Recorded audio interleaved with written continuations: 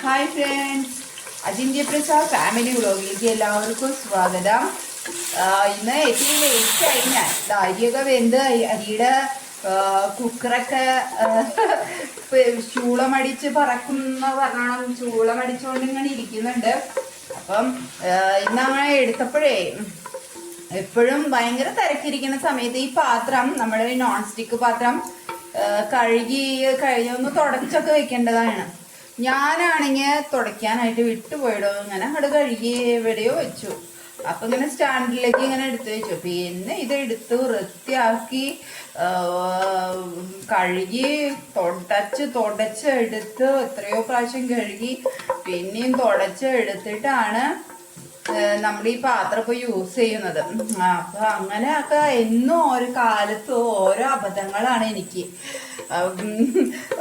ഒരു വകതിരിവില്ലാണ്ടാണ് എൻ്റെ പോക്കെന്ന് തോന്നിട്ട്.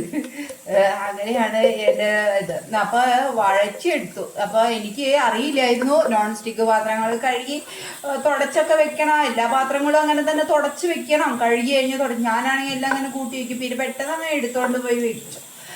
അപ്പോൾ അങ്ങനെ തുടച്ച് വെക്കണ പരിപാടി എനിക്കുണ്ടായിരുന്നില്ല. അപ്പൊ തുടച്ച് വെക്കണം എന്ന് എനിക്കിപ്പോഴാണ് മനസ്സിലായത്. അതൊരു വലിയൊരു ടിപ്പാണ്. എല്ലാ പാത്രങ്ങളും കഴുകി കഴിഞ്ഞാൽ അത് തുടച്ച് വെക്കുമ്പോൾ നമുക്ക് അല്ലെങ്കിൽ കറിയ മണം നമുക്ക് ഇതില് ഫോം ചെയ്യും ഈ പാത്രങ്ങളിലേക്ക്. അല്ലെങ്കിൽ ഒരു പൊട്ട മണമൊക്കെ വഴുവഴുപ്പും ഇതൊക്കെ ഉണ്ടാവും. അപ്പൊ അതുകൊണ്ട് തുടച്ച് വെക്കുന്നതായിരിക്കും എപ്പോഴും നല്ലത്. അപ്പൊ പ്രത്യേകിച്ച് നോൺ സ്റ്റിക്ക് പാത്രങ്ങൾ കേട്ടോ, നമ്മളെപ്പോഴും യൂസ് ചെയ്യുന്നതില്ലല്ലോ. ഈ പാത്രമൊന്നും എപ്പോഴും യൂസ് ചെയ്യുന്നില്ല. ശരിക്കും പറഞ്ഞാൽ ഇത് ബിരിയാണിയൊക്കെ വെക്കാൻ വേണ്ടി വാങ്ങിച്ച ഒരു വലിയൊരു പാത്രമാണ്. ഞങ്ങൾ ഒരിക്കൽ ഫ്രിഡ്ജ് കംപ്ലൈന്റ് ആയിട്ട് പുതിയ ഫ്രിഡ്ജ് മേടിക്കാനായിട്ട് പോയപ്പോൾ കൂട്ടത്തിലൊരു പാത്രം അങ്ങോട്ട് കണ്ടപ്പോൾ ഒരു വലിപ്പമുള്ളത് ഇരുന്നോട്ടേ എന്ന് വിചാരിച്ചിട്ട് വാങ്ങിച്ചത്. ഇപ്പോഴാണ് മനസ്സിലായത് ബിരിയാണി ബിരിയാണി വെക്കാം എന്നൊക്കെ വിചാരിച്ചിട്ട്. അപ്പൊ ഇപ്പൊ ഇതില് ബിരിയാണി വെച്ചാൽ ഞങ്ങൾ 3 നേരം കഴിക്കും. അങ്ങനെയാണ് ഇപ്പോൾ ഞങ്ങൾ ഭക്ഷണമൊക്കെ കുറച്ചപ്പം ഇത്രയും വലിയ പാത്രത്തിന്റെ ആവശ്യം ഉണ്ടായിരുന്നില്ല. പക്ഷെ ഇപ്പൊ അങ്ങനെയൊക്കെ ആയി. പിന്നെ ഞാനിപ്പോ ഇങ്ങനെ ഉള്ളിയൊക്കെ ഇങ്ങനെ വഴച്ചുകൊണ്ട് നിൽക്കുകയാണേ. ഉള്ളി വഴച്ച് ഇങ്ങനെ നിൽക്കണ സമയത്താണ് ഇപ്പൊ ഈ വർത്തമാനം പറച്ചിലൊക്കെ നടക്കണത് കേട്ടോ. അപ്പൊ നിങ്ങൾ വിചാരിക്കും എന്തുട്ട് ഈ ഉള്ളി വഴച്ചുകൊണ്ട് നിന്നിട്ട് വർത്താനം പറയണേ എന്നൊക്കെ വിചാരിക്കും. പതിവ് പോലെ തന്നെ ഏട്ടൻ ഇന്നലെ വരുമ്പോ മീൻ മുട്ട മേടിച്ചുകൊണ്ട് വന്നിട്ടുണ്ടായിരുന്നല്ലോ. അപ്പൊ ആ മീൻ മുട്ട ഉണ്ടാക്കുന്ന ഒരു പരിപാടിക്കാണ് കേട്ടോ ഞാൻ ഈ ഉള്ളി ഇങ്ങനെ വഴച്ചുകൊണ്ടിരിക്കുന്നത്. ഉള്ളിയും വെളുത്തുള്ളിയും ഇഞ്ചിയും കൂടിയിട്ട് ആദ്യം നല്ലപോലെ ഒന്ന് വഴഞ്ഞ് കിട്ടി കഴിഞ്ഞാൽ പിന്നെ അത് പൊരിച്ചെടുക്കാൻ എളുപ്പമായി. പിന്നെ നല്ലൊരു കറിയാണ് ഉണ്ടാക്കുന്നത്. ഞാൻ ഉണ്ടാക്കാന്ന് വിചാരിച്ചിട്ട് വെച്ചിട്ടുള്ളത് പരിപ്പും പിന്നെ തഴുതായ്മയുടെ ഇലയും പരിപ്പും തഴുതായ്മയുടെ ഇലയും പിന്നെന്താ ചക്കക്കുരു കൂടിയിട്ട് നല്ലൊരു ചാറ് കറി, നാളികേരം അരച്ച് ചേർത്തിട്ട് നാടൻ കറി, വളരെ സ്പെഷ്യലാണ്. നല്ല ടേസ്റ്റും ആണ് കേട്ടോ. അത് കഴിക്കാനായിട്ട് നല്ല ടേസ്റ്റും കൂടിയാണ്. അപ്പൊ അതും കൂടി നമുക്കങ്ങ് ഉണ്ടാക്കാന്നൊക്കെ വിചാരിച്ചിട്ട് ഞാൻ അതും കുക്കറിൽ വേവിച്ച് വെച്ചിട്ടുണ്ട്. ഭയങ്കരമായിട്ട് ലേറ്റ് എന്ന് പറഞ്ഞു കഴിഞ്ഞാൽ ഭയങ്കര ലേറ്റായി അത്ര. അതുകൊണ്ട് എനിക്കാണെന്ന് വെച്ചാൽ ഞാൻ നല്ല അടിപൊളി ആയിട്ട് വീഡിയോ ഒക്കെ എടുത്ത്, ഇന്നാണെങ്കിൽ നല്ല മഴയുണ്ടേ. ഇന്ന് മഴയുണ്ട്. ഇന്നലെയും മിഞ്ഞാന്നൊക്കെ നല്ല വെയിലായിരുന്നു. രാവിലെയൊക്കെ നല്ല വെയിലായിരുന്നു. തുണികൾ ഒരു തുണ്ട് പോലും ഇല്ല ഇനി ഉണങ്ങാനായിട്ട്. എല്ലാം ഉണങ്ങി കുട്ടപ്പനായിട്ട് ഇരിക്കുകയാണ്. അപ്പൊ ഇന്ന് ഇത്തിരി മഴ വന്നിട്ടുണ്ട്. മഴയൊക്കെ കുറവാകും എന്നൊക്കെ പറയുന്നു അല്ലേ. മഴയൊക്കെ കുറവാണ് ഇനി എന്നൊക്കെ പറയുന്നത് എന്നൊക്കെ ഇന്നലെ നെറ്റിലൊക്കെ കണ്ട് വീഴുന്നില്ല. TV വെച്ചിട്ടില്ല. ഇന്നലെ ഞാൻ കുറച്ചു നേരം നെറ്റ് കൂടുതൽ നോക്കിയിരിക്കുന്നുണ്ടായിരുന്നു. അപ്പൊ അങ്ങനെ അതൊക്കെ കണ്ടു. പിന്നെന്താ അപ്പൊ മഴ കുറവാണ് എന്നൊക്കെ പറയണം. മഴ കുറഞ്ഞ എങ്ങനെയല്ലേ ജീവിക്കുക? വെള്ളമൊക്കെ വേണ്ടേ? അത്യാവശ്യം വെള്ളം മറ്റൊന്ന് ഏരിയും പിന്നെ വെള്ളം കയറുന്നവർക്ക് മഴയില്ലെങ്കിലും കുഴപ്പമില്ല എന്നൊക്കെ വിചാരിക്കും. കാരണം മഴയില്ലെങ്കിൽ അവർക്ക് വെള്ളം അകത്തേക്ക് കയറില്ലല്ലോ. പാവങ്ങള് റോട്ടിൽ കൂടെ വെള്ളം ഒന്നും ഒഴുകി പോകാനൊന്നും അവസരമില്ലാണ്ട്. അപ്പൊ അവർക്ക് വേണ്ടേ ഒരു ഇത് വെള്ളം ഒഴുകി ആരും വീട്ടിലേക്കല്ല എല്ലാ വെള്ളം കയറി വരുന്നത്. അപ്പൊ അങ്ങനെയൊക്കെ ഓരോ കാര്യങ്ങള്. ഇനിയിപ്പോ നമുക്ക് പൊടികളങ്ങ് ചേർക്കാം. അങ്ങനെ മഞ്ഞൾപ്പൊടി ചേർക്കാണ് കേട്ടോ. അവിടെ വല്ലാത്ത ചുമയും കാര്യങ്ങളൊക്കെയാണ് ആൾക്ക്. എന്നിട്ട് ഈ ചുമയുള്ള ആള് പാല് കുടിക്കും, പാലും പാലുൽപ്പന്നങ്ങളൊക്കെ കുറച്ച് കഴിഞ്ഞാൽ തന്നെ ചുമയുടെ കുറവുണ്ട്. അപ്പോൾ അതൊന്നുമില്ല, ആൾ 2-3 ചായയൊക്കെ കുടിക്കും. പിന്നെ എങ്ങനെയാ ചുമയൊക്കെ കുറയാ? ഇത്തിരി മുളക് പൊടി ചേർക്കുന്നുണ്ട്. മുളക് പൊടി ഇതിൽ അത്യാവശ്യം. മല്ലിപ്പൊടി ഒന്നും ഇടണ്ട കേട്ടോ, മല്ലിപ്പൊടിയുടെ ടേസ്റ്റ് വേറെയാണ്. ചിലപ്പോൾ കുറച്ച് വേണമെങ്കിൽ ചേർക്കണവർക്ക് ചേർക്കാം.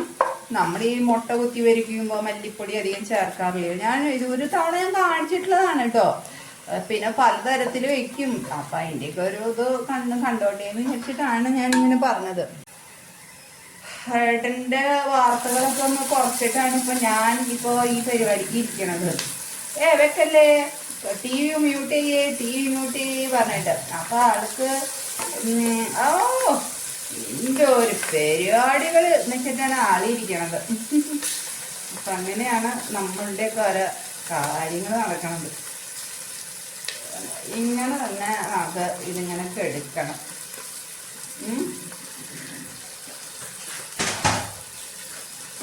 അപ്പോൾ ഞാനിത് ഇങ്ങനെ തന്നെ ഇട്ടിട്ടുണ്ട്. ഇനി അധികം ഒന്നും കുത്തി ഇളക്കണ്ട, നമുക്കിത് ഇവിടെ കിടന്നങ്ങ് ഇതൊത്തിരി വേവട്ടെ കേട്ടോ. അപ്പോൾ നമുക്കത് തീ ഒന്ന് കുറച്ച് വയ്ക്കാം ആദ്യം, എന്നിട്ട് വേവിക്കാം. ഏട്ടൻ വന്നിട്ട് അത് കാട്ടി കൊടുത്തപ്പോൾ അത് കഴിക്കാല്ലേ, അപ്പോഴാണ് കണ്ടുള്ളൂ. ഇത് ആ ചേട്ടൻ ഇട്ട് കൊടുത്തതാന്ന് വിചാരിച്ചിട്ടാട്ട കഴിക്കുന്നത്. അതെ, ചേട്ടപ്പോൾ മാങ്ങ ചെത്തണത് ഞാൻ കാണിച്ചതെന്ന് വെച്ചാൽ ഞാൻ കുറച്ച് മാങ്ങ പൊടിച്ചു, എല്ലാം പുഴു പിടിച്ചിട്ടേ. പച്ചമാങ്ങ, നമ്മുടെ ഈ പേരറിയാത്ത മാവ് എന്ന് പറഞ്ഞില്ലേ, ആ മാവിൻ്റെ മാങ്ങ. അപ്പോൾ അത് എനിക്ക് അറയ്ക്കാം, ആ കുത്ത് കാണുമ്പോൾ കറിയിലിടാൻ വേണ്ടിയിട്ടാണ്. നമ്മുടെ ചക്കക്കുരു, ചീര, പരിപ്പ് ചേർത്ത് അതിലിടാമെന്ന് വിചാരിച്ചത്. അപ്പോൾ എനിക്കങ്ങനെ അറയ്ക്കാത് കാണുമ്പോൾ അത് അവിടെ കുഞ്ചാനാലിക്ക് കൊണ്ടു വെച്ചിരിക്കുകയാണ് ഞാൻ. അപ്പോൾ അതുകൊണ്ട് ഞാൻ പറഞ്ഞു, ചേട്ടാ എനിക്ക് മാങ്ങ ചെത്തിയതാ ആ പാത്രത്തിലേക്ക് ഇട്ടു കേട്ടോ. ഇതവിടെ ആ പാത്രത്തിലേക്ക് ഇട്ടാൽ മതി. എനിക്ക് ചെത്തിയതായോ എന്ന് പറഞ്ഞു. എനിക്ക് അതുകൊണ്ട് അത് ഭയങ്കര ഒരു അസ്വസ്ഥത തോന്നി എനിക്ക്, വല്ലാത്ത പുഴുക്കൾ കണ്ടപ്പോൾ. അപ്പോൾ കാരണം ഞാൻ ചേട്ടനോട് കേട്ടോ, അപ്പോൾ അതൊന്ന് വീഡിയോ മേടിക്കാമെന്ന് വിചാരിച്ചേ. ഇതാ നമ്മൾ നാളികേരും ഒക്കെ ചെരുകി മാങ്ങിയിട്ടു കേട്ടോ, കുറച്ചിട്ടിട്ടുണ്ട്. പരിപ്പും തഴുതായ്മയും അതേപോലെ ചക്കക്കുരും മാങ്ങയും. നല്ല ടേസ്റ്റി കറിയാണ്, നല്ല അടിപൊളി കറിയാണ് കേട്ടോ. ഒന്ന് ഉണ്ടാക്കി നോക്കിക്കോളൂ. നാടൻ കറിയാണ്. നമുക്ക് നാടൻ കറി എന്ന് പറഞ്ഞാൽ നാട്ടിലുള്ള എന്ത് കറി കൊണ്ടും ഉണ്ടാക്കാമല്ലോ. അപ്പം അടിപൊളി. മീൻ മുട്ട ഇവിടെ റെഡി ആയിട്ട് കൊണ്ടിരിക്കുകയാണ് കേട്ടോ. ഇത് റെഡിയായി കഴിഞ്ഞാൽ അടിപൊളി. ഇത് റെഡിയായി, ഏകദേശമൊക്കെ റെഡിയായി. എനിക്കിങ്ങനെ ഡ്രൈ ആയിട്ടിരിക്കണം. മീൻ മുട്ട ഇങ്ങനെ കണ്ടോ, അതെല്ലാം എന്തോ ഇങ്ങനെ ഡ്രൈ കണ്ടോ, ഞെങ്ങുന്നില്ല, അതേപോലെ ആയിട്ടുണ്ട്. അതിൻ്റെ ഉള്ളിലത്തെ വെള്ളമൊക്കെ ഫുള്ള് വറ്റാൻ വേണ്ടിയിട്ടാണ് നമ്മൾ ഇങ്ങനെ ഇരിക്കുന്നത്. അപ്പോൾ ഇതങ്ങോട്ട് വേവട്ട് ഇവിടെ കിടന്നിട്ട്. അപ്പോൾ അതിന് വേണ്ടിയിട്ടാണ് കുറച്ച് സമയം. ബാക്കിയുള്ളതും കൂടി വെന്ത് കഴിഞ്ഞാൽ നമുക്ക് അത്രയും സന്തോഷമായിട്ട് ഇരിക്കാമല്ലോ. അപ്പോൾ അങ്ങനെ മീൻ മുട്ടയും ഇതിൽ നാളികേരമൊക്കെ ചേർത്തു കേട്ടോ. കുറച്ച് നാളികേരം ചേർത്തു. നാളികേരം നമ്മൾ കറിയിലേക്ക് അരയ്ക്കാൻ നിന്നപ്പോൾ നമ്മൾ കുറച്ച് നാളികേരമൊക്കെ ചേർത്തിട്ടാണ് നമ്മൾ ഈ കറി ഉണ്ടാക്കിയിരിക്കുന്നത്. അപ്പം നമ്മുടെ ഇന്നത്തെ ഡിഷസ്, എൻ്റെ ഇന്നത്തെ കുക്കിംഗ് പരിപാടി ഇവിടെ അവസാനിച്ചിരിക്കുകയാണ്. അജിന്ത്യ Prasad family signing off. Tata, bye by.